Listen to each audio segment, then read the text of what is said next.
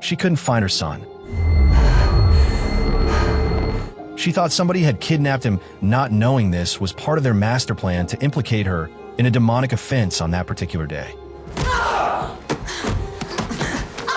Welcome back to Paramount Recapped. I don't have many subscribers, but your single comment is a ray of hope to motivate me. So, picture this. Sarah's chilling at a playground in Frankfurt with her little boy, Josh, having a normal day. They're just hanging out when all of a sudden, she catches the sound of a helicopter buzzing above. Out of nowhere, her mind yanks her back to her old military days in Afghanistan. She's stuck in a flashback, totally zoned out. While she's caught up in her own head, this random dude arguing with his friend stumbles into her. Reflex kicks in, she shoves the guy, and bam, things spiral fast. Next thing you know, Sarah's throwing punches like it's a combat zone, dropping the guy flat with a hit to the face. But then, she snaps back to reality when she catches sight of Josh watching her, all wide-eyed. Feeling guilty, she quickly lets the guy go, mumbles an apology, and grabs her kid to leave. Fast forward a few years, and Sarah's on the grind, dragging Josh along with her to a job interview. As they're waiting around, her phone pings with a message. She listens, and the voice on the other end says he's an investigative journalist who's dug up some dirt about her time in Afghanistan. He mentions he's sent her a video with proof and is waiting for her thoughts once she's checked it out. Curious, but also uneasy, Sarah starts watching the clip, but it's super confusing. None of it makes sense to her. Then panic hits when she looks up and realizes Josh is nowhere in sight. Heart racing, she starts scanning the area, calling his name like crazy, but thank God, she finds him just standing off to the side, daydreaming. Relieved, she hugs him tight and reminds him to stick by her side no matter what. A bit later, they roll up to the American consulate building. Turns out, Sarah's landed a job at a security firm back in the US, and she's sorting out the paperwork to move there. The plan is to not only start fresh, but also get Josh closer to his late dad's side of the family. His dad was American too, and, sadly, died in combat over in Afghanistan. Even though Sarah's still battling with her grief, she's pushing through, doing what she can to keep life moving forward. After handling the documents, they hang around waiting for their flight. Josh, being a restless kid, starts running around. So Sarah takes him to a little play area nearby to burn off some energy while she sits and waits for their boarding call. When their flight is finally announced, Sarah hurries back to grab Josh, but nightmare alert, he's not at the play area anymore. She's frantically looking around, calling out for him, but there's no sign of her boy. Her anxiety shoots through the roof, and she reports it to security right away, saying she's terrified her son might have wandered into one of the offices. The security guys tell her they don't have the clearance to just go busting into rooms, but they bring her to Mr. Kink, the head of regional security. He listens, sympathizes, and unlocks the offices for her to check. But after tearing through room after room, Josh is still nowhere to be found. That's when Sarah loses it completely, breaking down in tears and blaming herself for leaving him alone for even a second.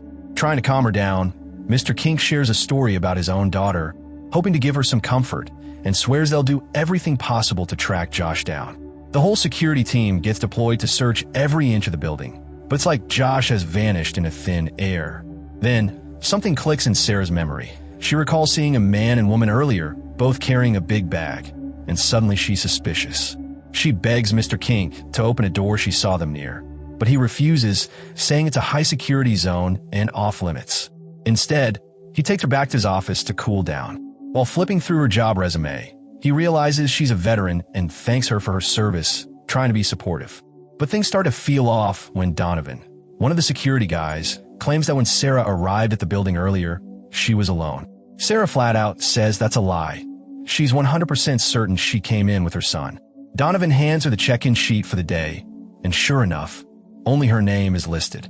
Sarah's not buying it, insisting that Josh was there, running around, even meeting some of the staff, including Donovan himself.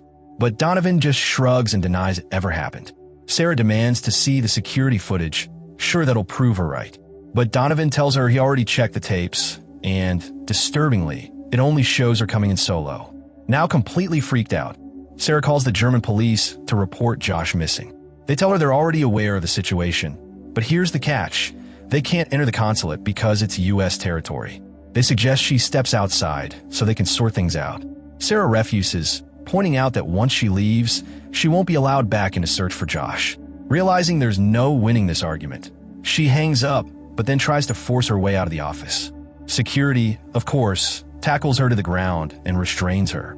She's stuck sitting there, waiting for German authorities to arrive, with Donovan keeping watch over her. But when Donovan gets distracted by a phone call, Sarah sees her chance.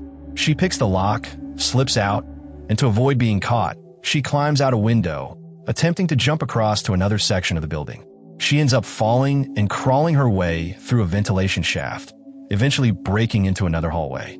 She sneaks into a guest room where she bumps into Irina, a Russian woman being held there as a political refugee. Irina, realizing Sarah is somehow managing to move around without getting caught, offers a deal. She'll help Sarah find her son if Sarah helps her escape. Word that Sarah's loose in the building reaches Consulate General Deborah, who checks out Sarah's file. Deborah's ready to have her arrested on the spot, but Kink pushes back, warning that arresting a decorated vet would stir up a media storm. He promises to handle it quietly. Meanwhile, Sarah's got a theory. If anyone's smuggling people or stuff out of the building, they're doing it through the warehouse, and those two shady people with the bag are her prime suspects. Sarah and Irina knock out a guard and snag his keycard, making it easier to move around. They find a secluded storage room, and Sarah spots a symbol on one of the crates that matches the bag from earlier. She busts it open, thinking maybe Josh is inside, but instead finds a stash of illegal drugs. She figures these people are just smugglers, but it clicks. Maybe Josh saw something he shouldn't have, and that's why he was snatched. Sarah's ready to turn the drugs over to the authorities, but Irina warns her that doing so will blow their chance of escaping. They're arguing when there's a knock at the door. Irina opens it, and boom, two Russian hitmen storm in to take Irina out. Luckily, Sarah is ready. A fight breaks out, and although Sarah gets clocked and briefly dazed, she quickly recovers and takes one guy down with her combat skills. Irina, thinking fast, rigs up a makeshift flamethrower and scorches the other attacker, giving Sarah a chance to finish him off. While they're regrouping, Donovan corners Sarah and jabs her with a tranquilizer, knocking her out cold. When she comes to, she's tied to a bed. She spills everything to Deborah, begging her to believe the story about Irina and the missing kid. But Deborah hits her with a twist. Apparently, Sarah's mother had called earlier, saying Sarah has a medical condition that causes hallucinations. Deborah claims that Sarah's son never existed in the building and that Irina wasn't real either. To prove it, King shows Sarah the security footage, and it only shows her wandering around alone and fighting imaginary enemies. Deborah gently suggests Sarah's mind might be playing tricks on her and reassures her that the German police will sort it all out soon. Sarah's slipping in and out of a daze when, suddenly, she wakes to find Irina sneaking into her room, dressed as staff, trying to bust her out. Totally shaken now, Sarah asks if Irina's even real. Irina convinces her by sharing her backstory, how her once wealthy family in Belarus got destroyed when her dad, a corrupt official, switched political sides and was assassinated. Irina had barely escaped thanks to the CIA and had been hiding ever since. This thumb drive she's been hiding? Yeah, it's basically the smoking gun. It's got every scrap of proof anyone could need, and now the Russian agents are desperate to get their hands back on it. Problem is, she's been stuck in that same spot for months, totally laying low. But things start to feel extra sketchy when Donovan suddenly pops up, asking her for her passports. That's the moment it hits her. Something's really off. Sarah's still in full-on denial mode, though. She can't wrap her head around the fact that this whole thing might actually be real, even after seeing what went down in the security footage. So to convince her, Irina literally tries to harm herself just to prove she's not making this up. Sarah jumps in to stop her before anything bad happens, and the two of them make a split-second decision to climb out the window, trying to dodge the ever-watching security cameras. They blend into the crowd outside, and somehow, no one even gives them a second look. They eventually slip into some conference room where Irina scrambles to use the internet there to post a message to the consulate, hoping the owner of the duffel bag, yeah, the sketchy one, shows up soon to claim it. Not long after, boom, they get a message from Jummer, asking to meet up. The girls figure the cafeteria is probably the last place anyone would expect them to be, so that's where they set the meet. When they finally come face to face with the guy who owns the mystery package, he promises that as soon as he gets his hands back on it, he'll personally help her see her son again. But Sarah's no fool. She senses something's off. Her gut tells her this guy's totally lying and has no clue where her son actually is. So she flips it back on him, asking for his help to track her son down. Since he's some IT big shot at the consulate with serious security clearance, she needs him to get her a full map of the place and a master key card that'll unlock anything. In return, he'll get his duffel bag back. They set a meeting point, the men's bathroom, 20 minutes later. Right around that time, Sarah spots Kink with his daughter chilling on the other side of the cafeteria. But before anything can happen, Kink gets called over to the surveillance room because, surprise, the camera feed just went dark. He bounces without even noticing that his daughter left her walkie-talkie behind. He tells her he'll get it back later once this mess is sorted. In the bathroom, the IT guy explains that he managed to sneak some malware into their system, giving them a full hour to move around before the cameras flicker back on. He hands Sarah the floor plan and the access card. In return, they fork over the bag since the guy needs to cover his tracks about how Sarah ended up with his key card. To sell the story, Sarah socks him right in the face to make it look like she mugged him. Knowing Donovan is their best shot at finding Josh, Sarah and Irina head straight to his office. They start digging through his computer in jaw-drop moment.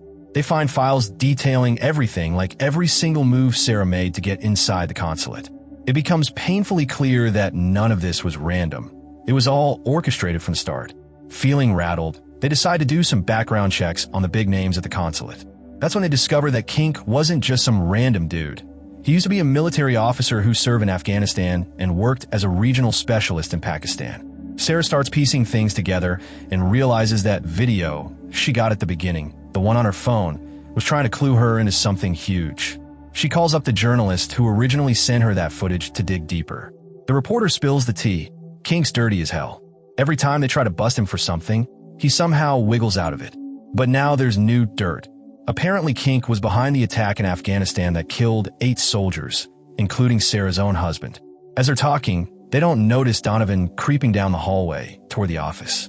Realizing they're about to get caught, Sarah scrambles to download a clearer image from the video, one that shows Kink shoulder to shoulder with a known terrorist. Donovan bursts in, and Sarah instantly attacks him so they can make their escape. He chases them, but they manage to slip through a secret passage that leads up to the consulate roof. On the roof, Irina pulls up the crystal-clear image of the Islamabad incident, and Sarah finally connects the dots. She remembers seeing that same terrorist guy during the Afghanistan attack. Only, he was supposed to be dead. Meanwhile, word gets back to Kink that Sarah has the emails, and he loses it. He heads out to hunt her down. At the warehouse, Sarah comes up with a plan. She tells Irina to hide in the back of a truck to sneak out, while she draws attention by making a run for a van to hijack. Irina slips away, but Sarah's luck runs out. A hail of bullets smashes up the van, and she crashes. No choice now but to run through the building's ventilation shafts. She fights off a couple of guards and is just catching her breath when, out of nowhere, Kink attacks. He beats her down, and they both end up falling into a swimming pool. He tries to drown her, but Sarah manages to fight free and get her hands on his gun. Holding him at gunpoint, she demands to know where her son is. Kink admits he's got her kid and claims he's safe for now. Sarah presses harder, accusing him of being in bed with terrorists, and demands answers. But before she can get anything useful, she knocks him out with the gun and rushes off to keep looking for her son. She changes clothes to blend in, knowing time's almost up. Only 4 minutes left before the security system's back online. Thinking fast, she rigs up a makeshift explosive and sets it off on one of the upper floors. Deborah, the top boss, hears the blast and orders Kink to follow military lockdown procedures. Kink sends his men out with orders to shoot Sarah on sight. Civilians are evacuated immediately. Sarah finds Kink's daughter, Aylin, and shows her the walkie-talkie her dad left behind, tricking her into thinking her father sent Sarah to keep her safe. Sarah takes the little girl to a safe room and calls Kink, telling him where they are. Kink shows up, and Sarah tells him they're doing a trade, his daughter for her son. Oh, and one more thing. He has to confess everything. She points out that the safe room is made of reinforced steel and can only be opened from the inside. Blowing it open would risk killing his daughter, and drilling through would take too long. They'd run out of oxygen first. She lays it out. If he wants his daughter alive, he better bring her son, Josh. Deborah tries to sweet-talk Sarah into releasing the girl, but Sarah's having none of it. She doesn't trust Kink and says she knows he's hiding something. She begs Kink to bring her son, even saying she's fine with dying as long as her boy gets to go home. Kink plays it cool, but eventually agrees to step into the safe room for a private chat after Sarah lets his daughter go. Inside, Kink drops the bombshell. He tells Sarah straight up that she was never meant to survive this mess. He admits that they were the ones who helped her land her job in the States just to lure her to the consulate. Everything was a setup, but they didn't count on her fighting back and killing those two assassins who were supposed to take her and Irina out earlier. That's when Kink decided to kidnap her son and wipe the security footage to make her look unhinged, the perfect patsy to take the fall for the death of the political refugee. Sarah realizes the brutal truth. If she stays on the run, Kink can kill her at any time and make it look like she was the one behind Irina's assassination. To really sell the setup, Kink shoots Sarah, then shoots himself and tosses her the gun, making it seem like she attacked him. He runs out of the safe room screaming that Sarah has his gun. Bleeding out, Sarah starts to fade, her life flashing before her eyes, especially that horrible day in Afghanistan when her whole team was ambushed. But she refuses to quit. She drags herself to the door just before it's blown open, and surprise, she'd been secretly recording her entire convo with Kink and plays it over the intercom for everyone to hear. In the chaos that follows, Donovan bolts while Kink gets arrested on the spot. A rescue team races out to find Josh, and at long last, Sarah and her son are reunited.